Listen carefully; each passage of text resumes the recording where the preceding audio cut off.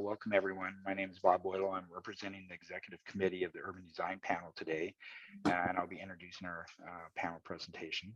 The Urban Design Panel, UDP, is sponsored jointly by the American Institute of Architects, the American Planning Association, and the American Society of Landscape Architects, and is composed of professionals from these three organizations with a shared interest in urban design. The AIA previously has hosted the event at the Center for Architecture in Portland and now generously offers this monthly Zoom meeting until further notice. In addition to the monthly email, our panel presentations can be found on the AIA Oregon events calendar, as well as the weekly Thursday at 3 newsletter. Participation in any of these events makes you a panel member. We encourage you to sign up for information about future presentations. When you register for any UDP presentation, you will be included in upcoming invitations. We also encourage you to send any interesting future panel presentation ideas to Adrian Morris at AIA. And Adrian, if you want to put your email up on the chat feature, that'd be great. These presentations are recorded and are available by the AIA for a Vimeo file, which can be found in the link provided in the chat box. Adrian, if you could send that too. The presentation will be approximately 30 to 40 minutes and will be followed by a Q&A session. For the Q&A, please post your questions and comments in the chat box. Our executive committee member may look at them, but I just found out that Nico can read and talk at the same time, so he may answer these things as we kind of go along. So following the questions, we'll have more of a lengthy Q&A. And I'm just going to ask everyone to kind of mute themselves as we have the presentation. And I'm very excited to have this one. This presentation is the Urban Design Studio at the University of Oregon in the Lloyd District. And our two presenters will be Nico Larco, AIA professor at the University of Oregon. Troy Doss, who may be joining us later, senior planner at the City Portland Bureau of Planning and Sustainability, and a variety of students from the U of O Architecture Program, Urban Design Studios, spring 2022. Go Ducks. So Nico, we've already tested, we know you can share, and so the show is yours. Thank you. All right, thank you so much. It's great to see so many familiar faces that I haven't seen in so long. And I'll also add that there's a number of other people who are going to be presenting today, which are students, which are going to be sharing their names in just a moment. Let me get this up so everyone can see it. All right, can everyone see that? I can't see you, so you have to tell me. Yes. Yeah. Okay, great. Thank you. So great to be here and great to get a chance to present this work. Is Troy Doss here yet? Nope. Okay. So I will fill in a little bit for him. So this is a project that studio that we did at the University of Oregon, is based here in Portland. This is a class of people in track 2, people who've done undergraduate degrees in architecture but not professional, and this is their first year. They're going to be here for 2 years for us. So for any of you in firms, they are all available. For many of them, the ones who haven't been snatched up are available for work. So keep that in mind. So we like to do as the last studio in the first year sequence, we do an urban design studio to introduce people to these concepts. And this year we decided to look at the Lloyd District, which turned out even better than what I thought it was going to be as we first stumbled onto this project of, maybe we'd look at this area that's dealing with so many transitions. We reached out to Troy Doss at the city at BPS, and he was tremendously interested in this because they are starting to turn their attention to the project or this area. As you all know, part of the 2035 plan there's definitely pieces of it that looked specifically at the Lloyd District. And from what the city said is at the time that was being created, the area was still kind of considered to be, that the mall was still going to be there. And so a lot of it was really based on the mall kind of continuing to exist.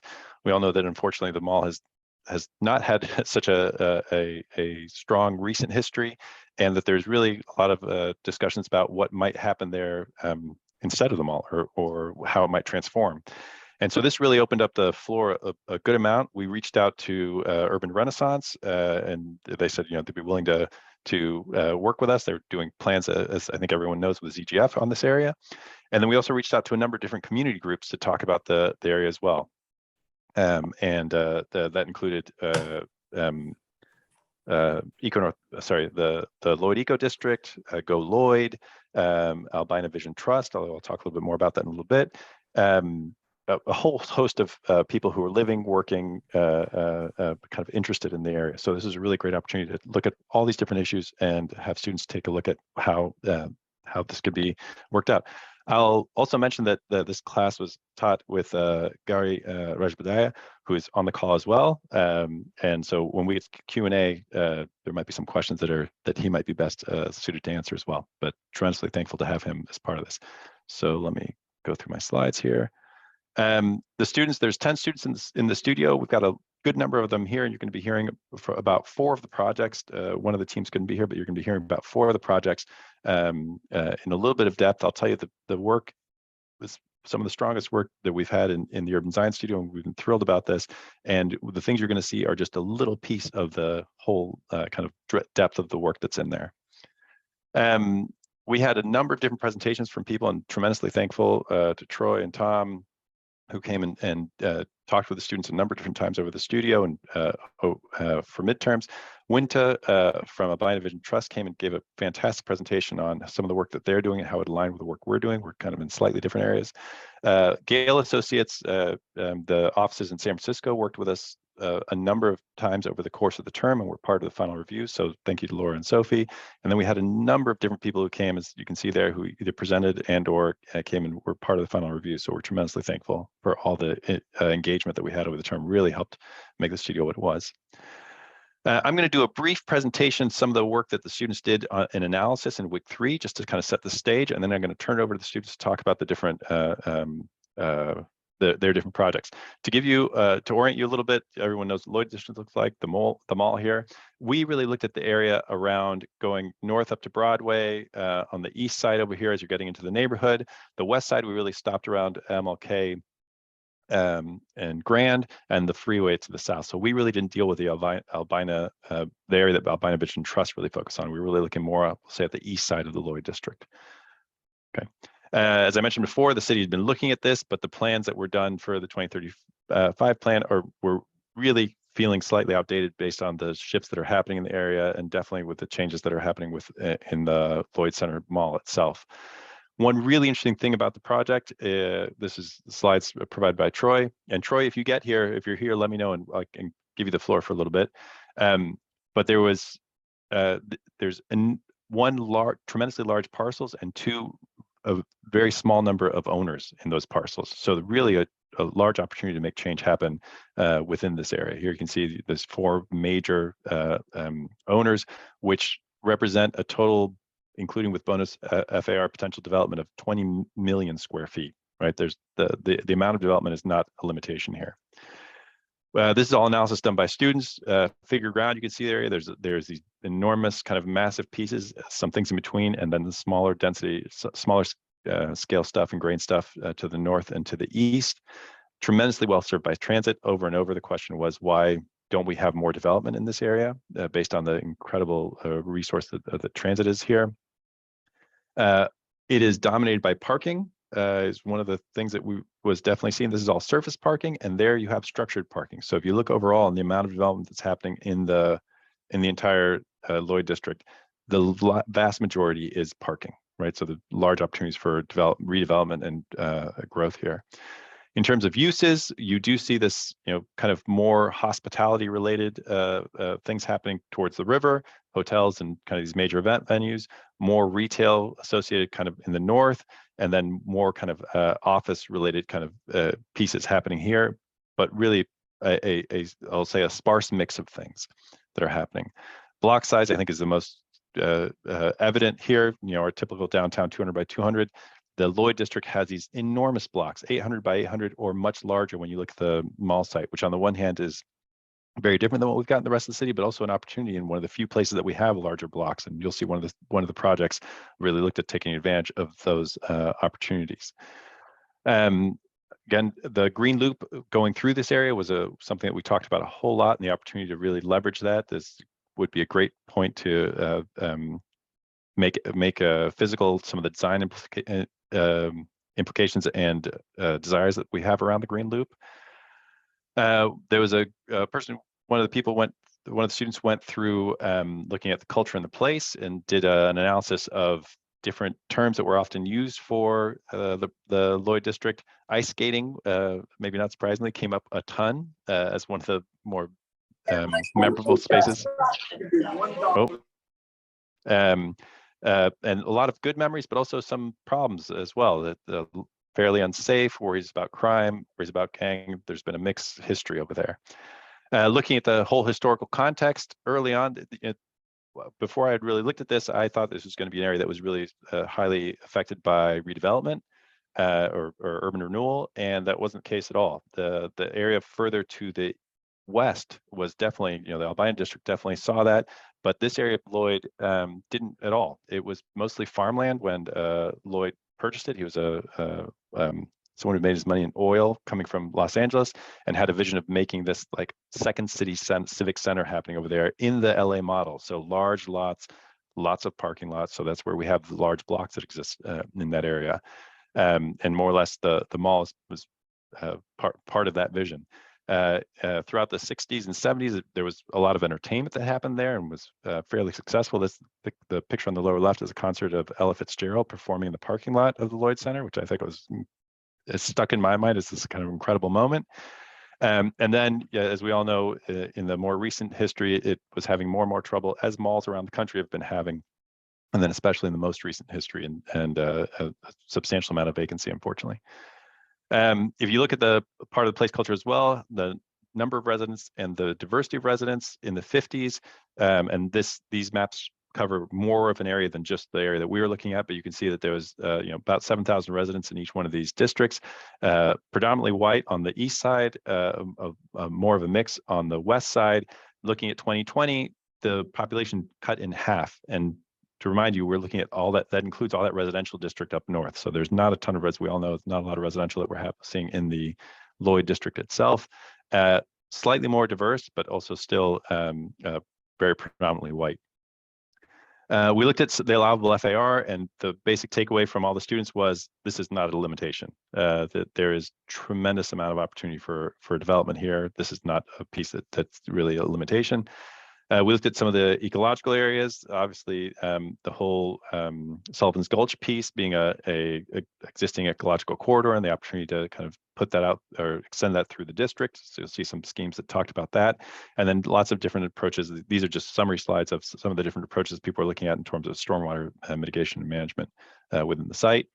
We looked at a lot at housing typologies, from high-rise down to kind of cluster housing and duplexes and triplexes. And then we also looked at office typologies from high-rise down to creative office space. And these are just small examples of the work that was done, some different retail typologies. And then we also looked at stadium typologies. One of the projects was looking at this as a potential site for Major League Baseball stadium. So we looked at different organizations of baseball stadiums, how entrances work and all this type of thing. We looked at a range of different precedents, and all this is actually documented in a PDF that I think is available on the AIA site. I provided it to them. And then the last thing I'll mention, this is a slide from Winta Johannes from Albina Vision Trust, but this is work that they're doing where they really started to look at urban design not only as a kind of the physical outcome that comes, but that within the process of urban design, opportunities for wealth creation. And one of the things that really stuck with the studio as we looked through this was this idea of analyzing potential for the financial potential that could be realized, the amount of Black Portlanders with access to wealth that could be realized, these types of issues based on things like the size of lots, is it ownership or rental, the size of storefronts, those types of things. You'll hear students talking about these things. This is actually very influential in a lot of the work that we did. So with that, I'll just ask for a moment, is Troy here? Did he arrive? Hearing none, I will go over to pass it to the students. So Ben, I'm hoping for like 6-7 minutes for each presentation. I will come in and interrupt you, unfortunately, if it goes a lot longer. And we're going to go through each one of them. And I can go through the slides. If you just click next, I can tell me to click next and I'll go forward. Yeah, awesome. Sounds good. Well, thank you to everyone for being here today. So I'm Ben. My partner Samuel and I were really interested in envisioning the Lloyd District as sort of a new creative district for Portland, and a creative district in sort of a different sense than the way we typically might think about it in places like Central East Side. So two of the things that we were really interested in, especially with regard to kind of lowering barriers for accessibility and also kind of thinking about creativity in different ways, were thinking about different creative networks, how it can be a network that reinforces learning and working and living ideas, as well as how it can be employed sort of in different scales, both different scales for commerce, housing, and open space. Next, Nico. The other things we were kind of playing with were the idea of thinking about the Lloyd as another like piece on this string of pearls around the green loop. So we have some of these areas around it, Central East Side, the Park Blocks, Old Town, and the Lloyd kind of felt like the next logical place for that. So part of our idea and our scheme here is sort of to see this thick green loop. Actually, if you go back to the last slide for a second, Nico. Yeah, hold on. There we go. Sorry about that. That's all right. So part of our idea was to embrace that green loop and kind of make it a thickened section of the green loop that encompasses a full block as it comes through the district, and then sort of intersect that with a revitalized Multnomah that comes through the district and sort of expands and contracts out into these different public spaces. Yeah, now you can go to the next one.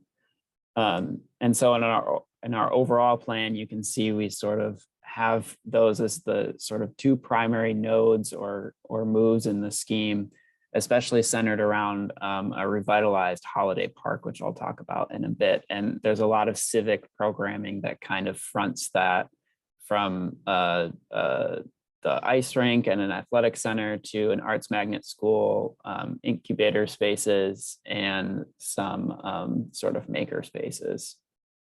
So you can go to the next one, Nico. So the three spaces that I kind of wanted to focus on that we really were interested in were the green loop, and that'll be the first one. Here we were really interested in how we could treat those two different streets that make up kind of that thickened section of it. On the left, we have this sort of pedestrianized Wooner shared street idea that's a little bit more leisurely for both pedestrians, bikers, cars.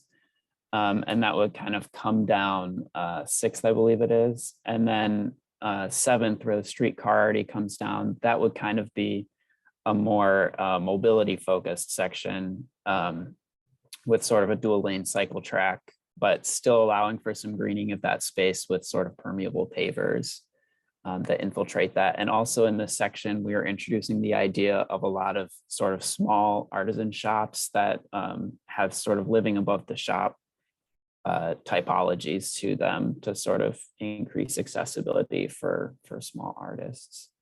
The next space, Nico, is sort of this idea of expansion and contraction along Multnomah in these smaller nodes. So we have this series of follies, which are sort of influenced by both Lloyd's background as an oil tycoon from Southern California, as well as some of the nearby industrial resources like the granary and the steel bridge. And so those kind of form these key points that help lead people throughout the neighborhood and along Multnomah. And one of those sort of larger influences then is the relocated ice rink, which sits at the corner of Multnomah and 9th, and has these large operable openings that kind of allow it to work as an extension of the street there. And then sort of the centerpiece on the next slide, Nico, is a reactivation of Holiday Park. So we are kind of dramatically reimagining the space while also preserving a lot of the mature trees and the original trees that we found by looking at historical photographs. But we added a lot of new programming to help kind of like breathe some life into the space, some sports courts, beer gardens, spaces for food carts, and then expanded it across Multnomah into this new civic plaza that has kind of these small pop-up shop spaces that provide really low barriers for startup businesses, as well as this sort of pavilion that reinterprets the waffle slab roof of the Macy's building as sort of a reminder of that community center that the mall served as for so long, while sort of translating it into this new space that we were envisioning. And a big part of reactivating this was also making sure that we had programming around all sides of the park, because that's one of the things that it felt like it was really lacking now. So there are those civic programmings that I talked about before, but also some residential and some commercial along the east side there, bringing that access through on the south side that already exists but is gated off, and then thinking about at the hotel there, thinking about kind of revitalizing that front little bit with some anchor retail as well. So yeah, the hope here was just basically to think about some of these simple moves that could hopefully provide a space for creativity to sort of thrive in the neighborhood and be a place where multiple different generations of Portland creatives would feel comfortable calling home. Yeah, thank you. Great, thank you. I'll just mention a couple of things. In many of these, you're going to see reimagined holiday parks, and the idea, a lot of the impetus behind that was that the way that it works right now is not very successful, and that the success of the Lloyd District is going to rely a lot on the redevelopment of that park and also the edges around it. In the scheme, as Ben mentioned, they looked at where the existing trees were, so it wasn't that they were tearing down a bunch of trees, but really trying to work with that, but creating new kind of activity throughout it. Yeah, I also mentioned that you'll see in a lot of these schemes an increase in the amount of housing, which seems to make a whole lot of sense, and also this kind of development of these key public spaces that are the ones that kind of help organize all that spaces. So with that, I'll pass it over to Phoebe. Okay, Nico, you can go ahead and go to the next slide for me, please. Sure. So our project aims to redesign Lloyd in a way that addresses the shortcomings of the current district: a lack of housing, too many parking lots, and the major block sizes, to name a few. We wanted to address these problems while also taking advantage of the resources that Lloyd does have, like really excellent access to public transit and Main Street thoroughfares throughout the district. The site also has future access to the Green Loop, which we also took advantage of and expanded upon to create the Green Loop tributary branch. Next slide, please. Our goals to improve the Lloyd District are as follows: to create space for different skilled businesses and startup companies to allow for wealth creation, add housing to the district, design a mixed-use multi-season venue for the neighborhood and city, and to pay homage to the memory of the Lloyd Center. We began by breaking down the Lloyd District into different districts of their own, green being a commercial corridor, orange to the left being a high-density housing and large-scale businesses, brown being medium-density housing with medium-scale businesses, red serving as a retail district, teal as the entertainment district, and blue to the right as low density housing. Next slide. We created a permanent outdoor venue that can be used during all seasons and for many different purposes, as Portland seems to be lacking in regards to outdoor concert venues in general. Holiday Park serves as a way for people to get from the Max line south of the park to the venue. We redesigned the park and added knolls and tectonics to mesh the park and venue space together. To the north of the venue is a beer garden, and to the west is a parkette, which I'll explain in a minute. The streets between the beer gardens and the retail and the venue are curbless, allowing for a more pedestrian-friendly feeling. Next slide, please. The venue can be used for multiple purposes during all seasons, the most obvious being an outdoor concert venue on summer evenings. The venue and retail space allows for an opportunity for a seasonal market to take place in the spring and fall, as the road that separates them can be closed off for the market to take place. Paying homage to the ice skating rink in the Lloyd Center, the venue can be converted to a covered outdoor ice skating rink to be enjoyed for the winter months. Next slide. To the west of the beer garden, as mentioned before, is a covered outdoor park market, or the parkette as we like to call it. The parkette will allow for many small vendors to sell goods here, mostly food items. This will act as a permanent farmer's market. This incorporates our wealth creation goal, as small businesses would be able to have access to smaller vendor stalls. The park sits on a smaller, more intimate sized half blocks to break up the mega block that was once there before. To the north of the parket and the beer garden sits the Green Loop tributary branch, connecting Lloyd and other neighborhoods to the east and to the Green Loop, the main Green Loop in Portland. So those are the main parts of our proposal. Thank you for your time. Great, thanks. And so some of the key pieces of this one was that thinner block that you see happening here really gives them all sorts of opportunities for different scales, and partly in response to the building that exists right here. And then this venue, this year-round outdoor venue, which is something that we've said a number of times in Portland, it does not exist, kind of a key opportunity to, and then making the connection up to the beer garden over. All right, and with that, Ben and Ian, I think you're presenting, right? Yes, I am.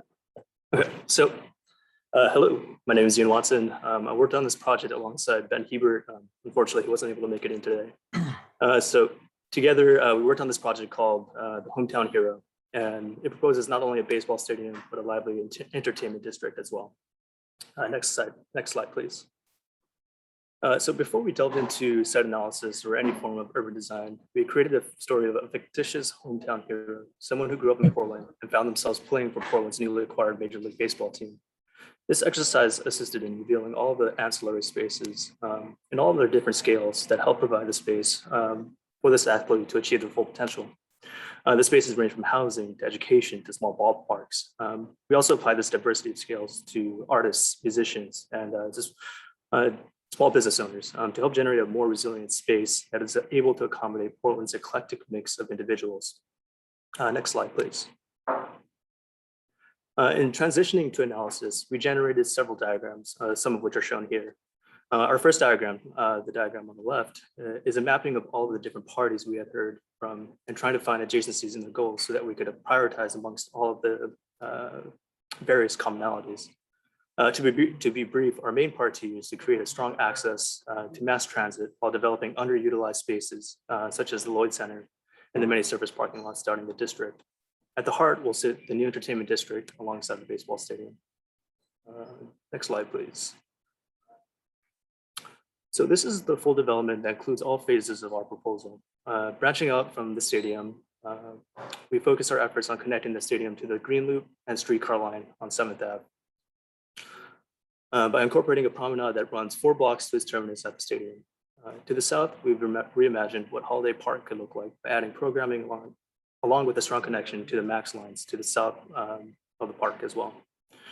We still live in an auto-centric society, so parking has been considered to allow for expedited access to and from the freeway. The following slides will be focusing on this general area. Next slide, please. So in developing a promenade and the procession through Holiday Park, we wanted to think about movement. How does an adult traverse the space? What about a child? How about water? An adult's walk is relatively easy to path, but a child may be more sporadic. So to accommodate that, we've implemented a linear series of play structures where your kid can balance and climb their way through the promenade. Running on the opposite side of the promenade, we've incorporated a continuous bioswale that fronts a variety of businesses, including restaurants, cafes, and bars. The main material of the promenade surface would be comprised of the setting of the stadium, in our minds, preferably brick, thus creating a strong continuity between the transit stops and the stadium. Returning back to the notion of scales, we've also proposed a series of alleys that run counter to the main promenade. In these spaces, we wanted to create an atmosphere that is more fine-grained, where smaller businesses could inhabit tiny storefronts that could host a variety of functions, such as an art gallery, a workshop, or a small retailer. The idea is to allow for a lower barrier of entry to call a commercial space one's own. The diversity of types of businesses all inhabiting these tight alleyways can really breed a permanent vivacious atmosphere. By allowing tiny businesses to occupy the space around the massive stadium, they allow for a greater residual benefit to a wider range of people than a typical corporation. Moving on to Holiday Park. Given its current reputation, we sought to reimagine the park in order to stimulate new memories of the place. We've resituated the skating rink to a new location at the southwest corner of the park, where passersby may look within the transparent glass walls. Centrally located is a space for informal businesses such as food carts or small pop-up markets. We've also proposed a new wiffle ball field for youngsters who are on their way to playing baseball in the future. To the northwest of the wiffle ball field, we've provided retail space that slopes down from the corner of 11th and Moldoma, providing a sort of rolling green that allows for seating to watch the game. Yeah, next slide, please. And so here are a couple sections cutting through those spaces. The section on the left is a section through the promenade facing the stadium. The idea is to provide this wide, generous space that is fronted on either side by retail and smaller businesses. Centrally located, you have spaces for buskers. So somebody wants to either sell the wares or play music to really just bring a certain atmosphere to the place. That space is provided, of course, at no cost to the person using the space. And to the right, we have the alley section, and that section is really just showing the tightness of that space, really countering the vastness of the promenade, and really just trying to appeal to a wider range of people who would come to this space, not only just for baseball, but for the businesses as well. Next slide, please. And then, so of course, the top image is a street section, section through Holiday and Holiday Park. So centrally located, you have the ice rink, and so that will be open to the public year round, so it's fully enclosed. And then you have the max lines at the on the right, so that would be the south. We're adding an extra platform just to allow for more egress for people onboarding and offboarding for on game days. And then over to the left side, we have a really small representation of a food cart or food truck that would be occupying that space, just to bring some informality or informal business to the space. And then below is just kind of just a very quick overview of just all the different phases and all the different scales that will be achieved by our proposal. So generally, we're just looking at no less than medium density, anything really. So medium to high density developments overall. Yeah, and that's it. Thank you. Great. And one of the things I thought was fantastic about this is the one scheme that really looked at the opportunities of bringing the Major League Baseball here and taking advantage of those enormous lots that exist in the existing mall. And then even with that, a big emphasis that Ben and Ian had was really trying to bring down the scale. And so it didn't feel like this, this thing landed from outer space, and then all of a sudden we had all kind of corporate representation everywhere. So really creating these different scales of engagement, be it like the busking or smaller scale galleries or the smaller alleyways. All right, next one. This is Stephen and Nick, which are both here. I'm not sure which one of you is going to present, but all yours. We're going to be flipping in between. Hi, everybody. Thank you so much for having us today. It's a good honor. So my name is Steven, and then I believe Nick is also here if he wants to wave in the presentation. And we'll talk about our scheme for the Lloyd District. So first, I think it's important, we talked a lot about like the negative impacts, if you want to move forward, Nico, about the Lloyd District, but there's also a lot of really strong things that are already here, for example, and I think we've talked a little bit about that. Like there's a really good strong sense of like public infrastructure in terms of transportation, biking, buses, and then also really good like proposed green extensions with Holiday Park being there, and also the green loop that'll start to pull through, and then also the ecological corridor of Saltwoods Gulch. And so for our team, I think we really wanted to focus on what those kind of strong things were and make them even stronger as a result. And so with the removal of the mall kind of creates an opportunity to strengthen them, expand them throughout the entirety of the neighborhood.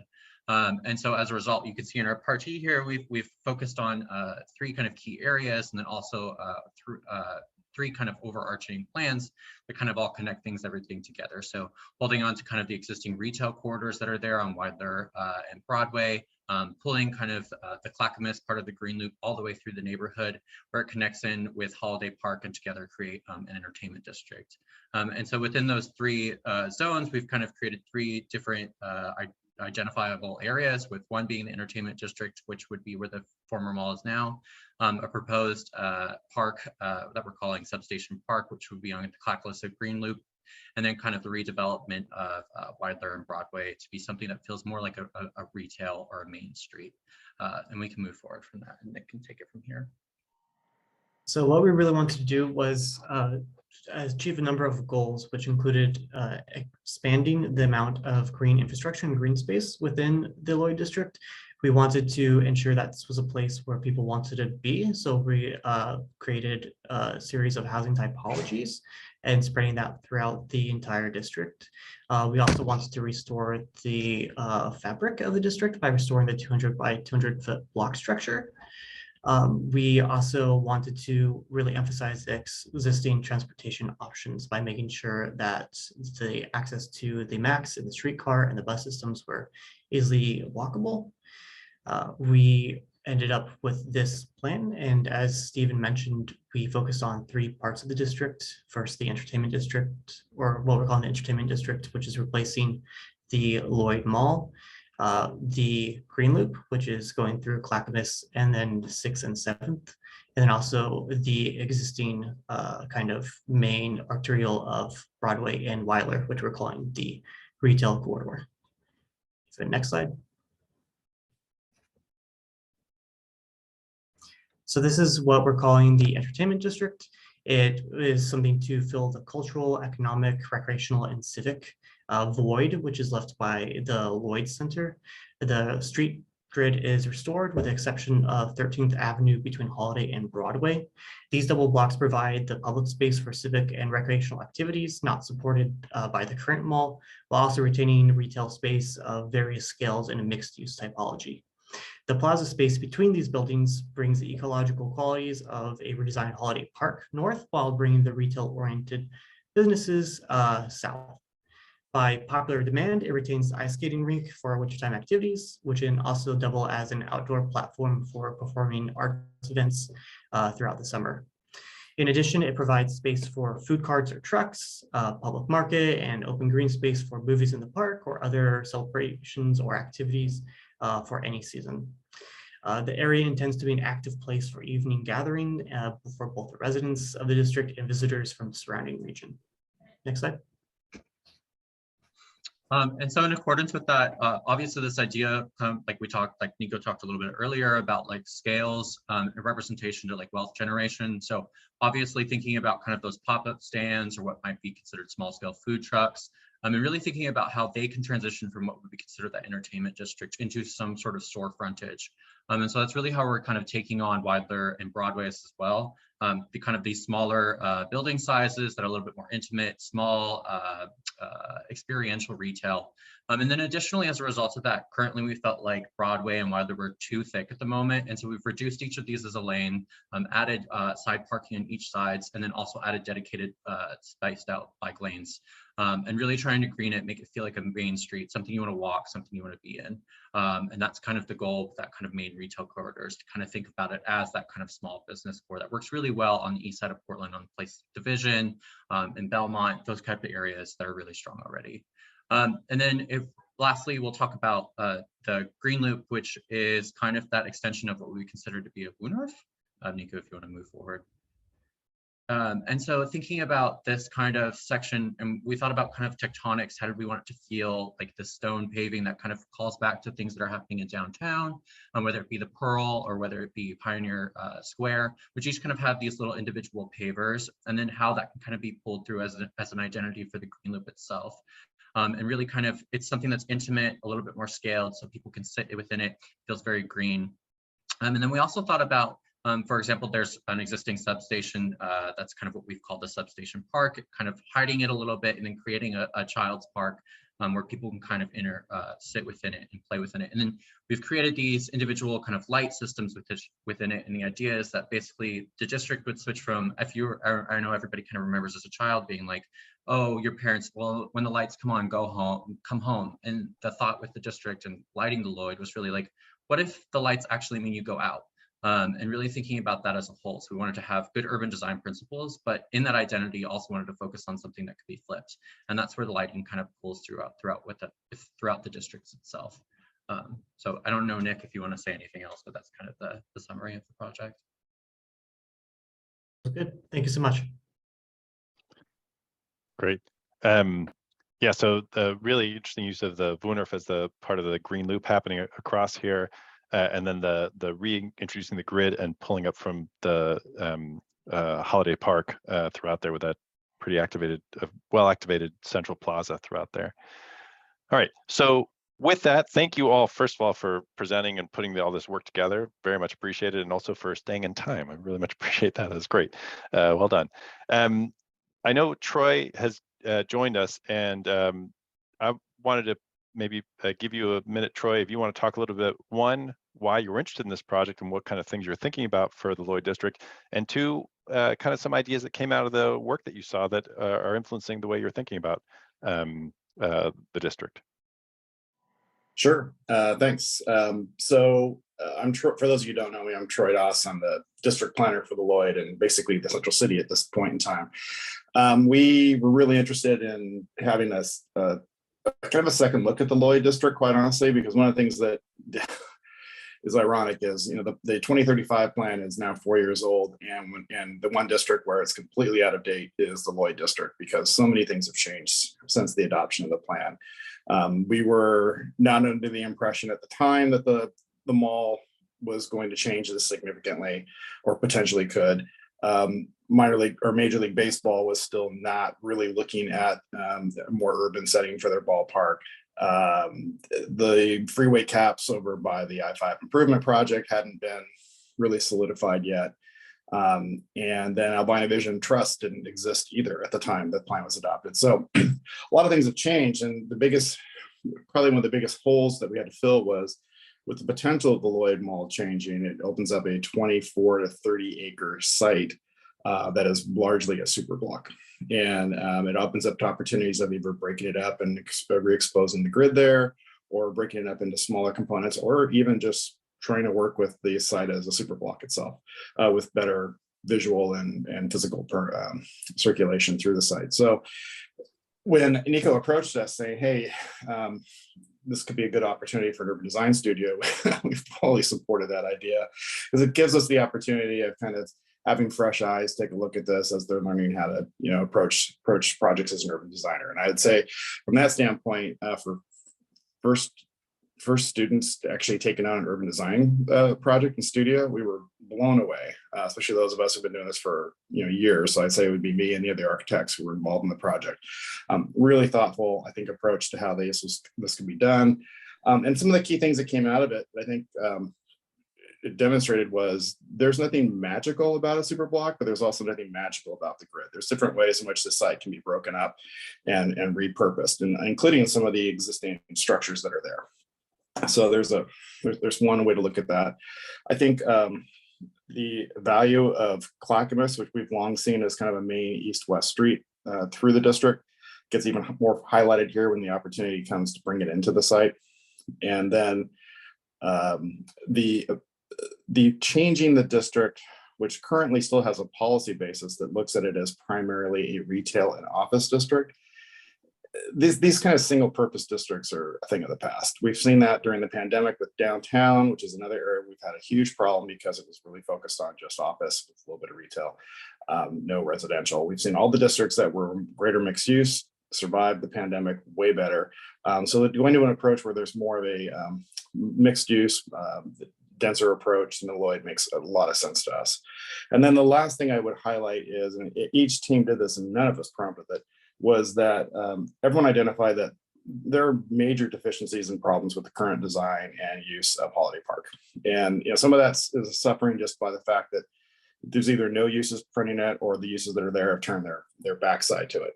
But I think this also exposed that there might be some fundamental issues with just how the park is actually designed and programmed as well. So how you could redevelop the mall and surrounding properties and really incorporate force lines and circulation and uses that go across Multnomah and some of the other streets there is a really interesting idea. So we took a lot from this. I know that the design teams that's working with Urban Renaissance are definitely going to be looking at this as well as they start to come together with some concepts from what might happen there. And we'll expect to see hopefully some ideas coming from them in the next year or two. So with that, I'll just say thanks. It was really a great experience for me, and love the work that came out of it. Great, thanks, Troy, and thanks so much for having faith and doing the project with us. It was fantastic having you being part of that and interacting so much with the studio. I will say a couple of things. First of all, there is going to be a report that's coming out that we're putting all the students' work in. We're hoping that's done in the next month or two. And when it is, we'll definitely be passing it on to the panel so that it can be circulated with everyone. It'll include both the analysis work and the 5 different projects that happened.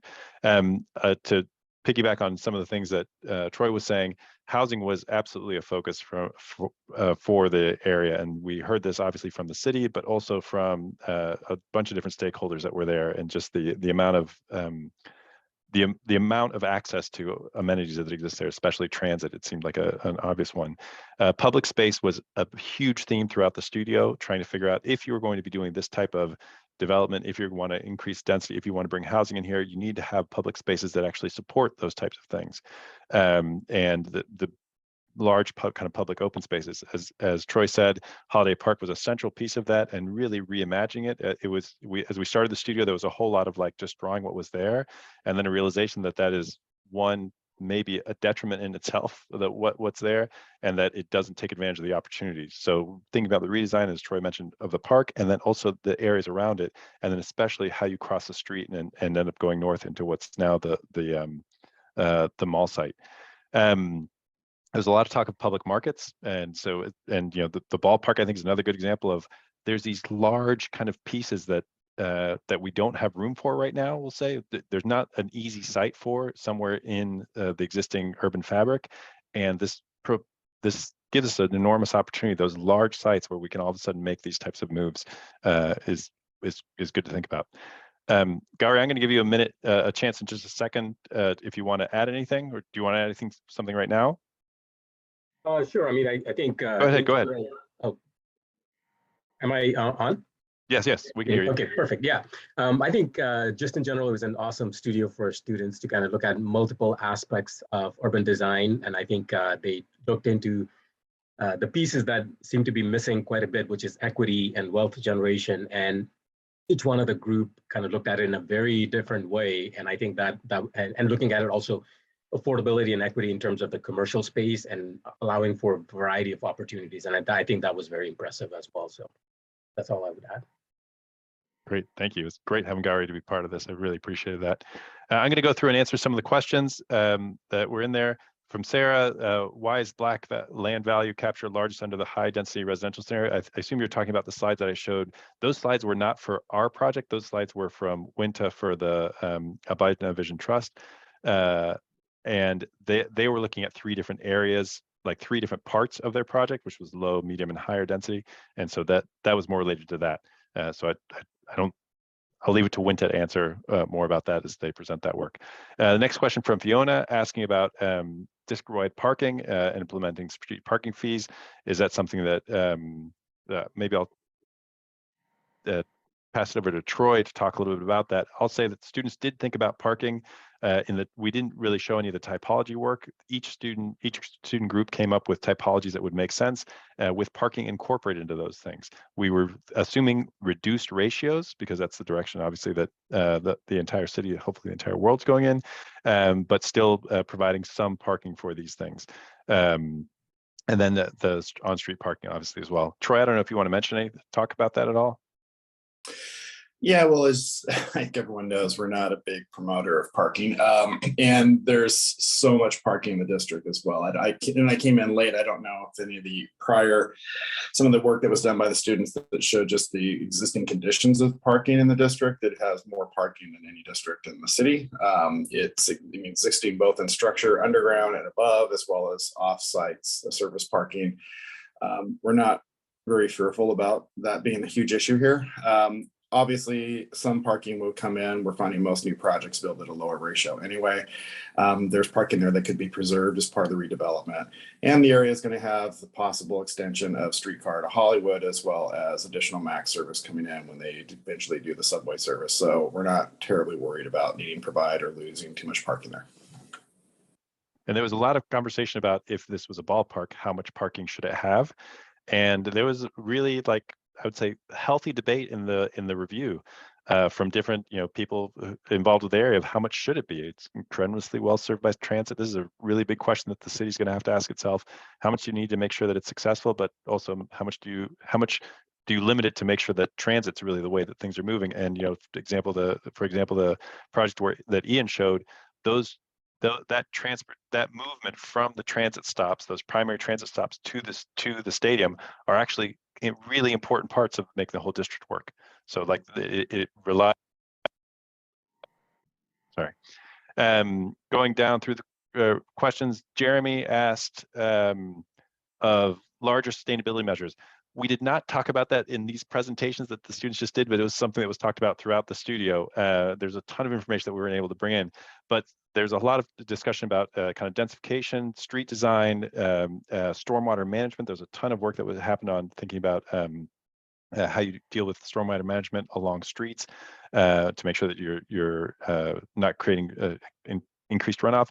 And then discussion also as well that was, again, we didn't have a chance to present everything, but the opportunities for these ecological corridors happening through the city and even along some of the streets, creating these kind of building on some of the work actually that Go-Lloyd has done the Lloyd Eco District has done in there.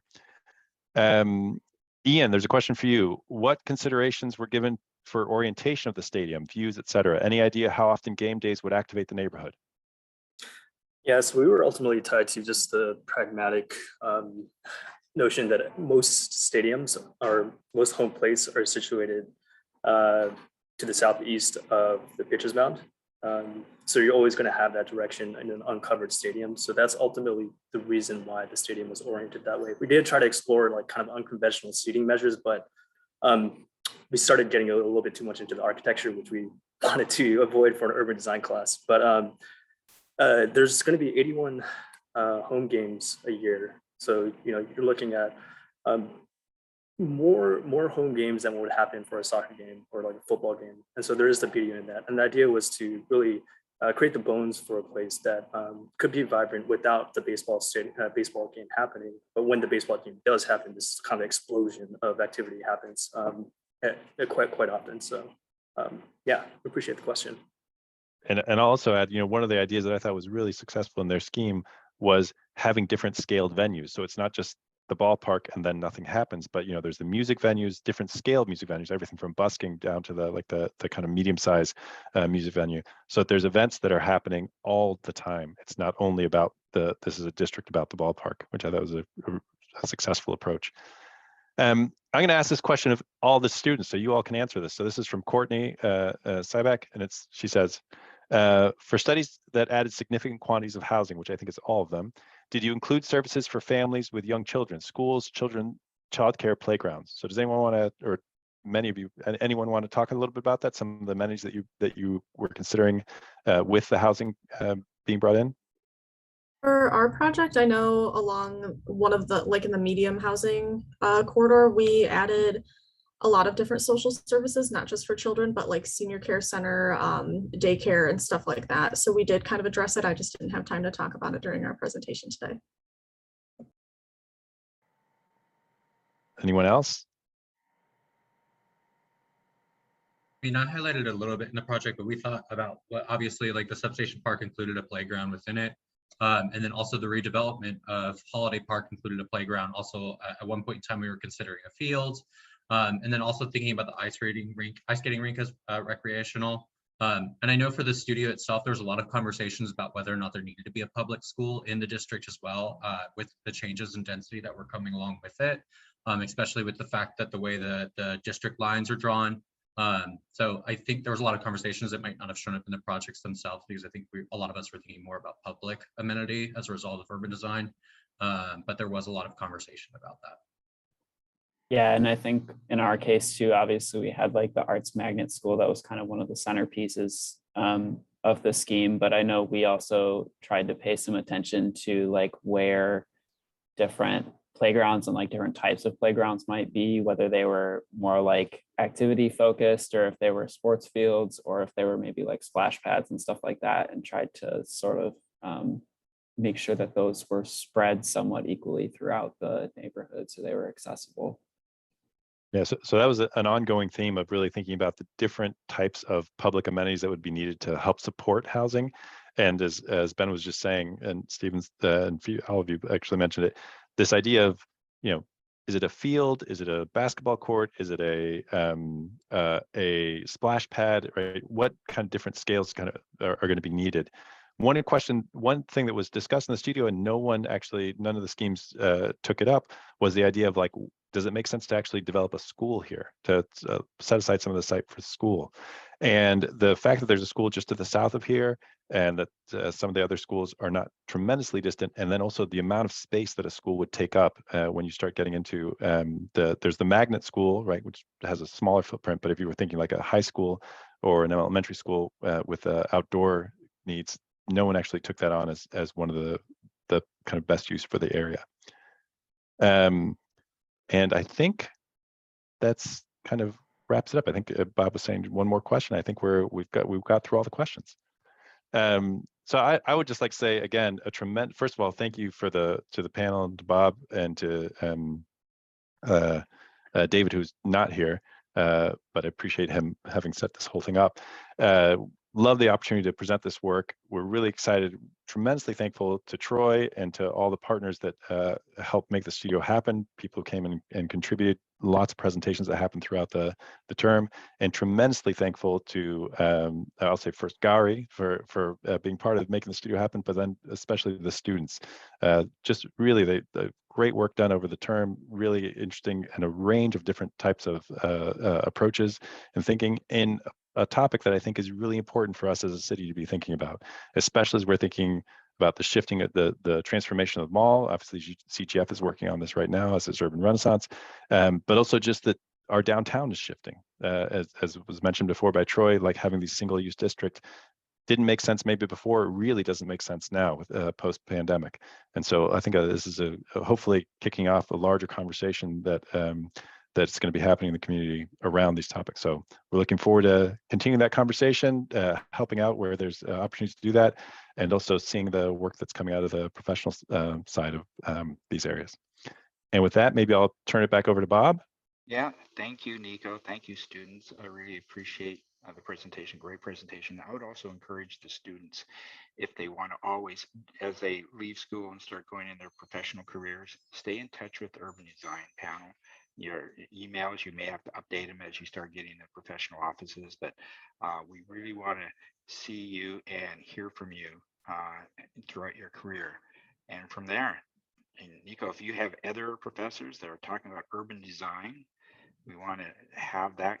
Please have them come and talk to us. We love having that interface with students, the universities, and the professions. So yeah, I'll say as well, if anyone has ideas for future studios, come talk to us. We'd love to be doing it. It's been when we do the real world work, kind of engaging with the profession has been really, really fruitful. Appreciate it very much. After that, if anyone has Nico, if you could put your email, if someone wanted to reach out to Absolutely. you personally on some stuff, that you could put that on the chat. We Absolutely. can do that.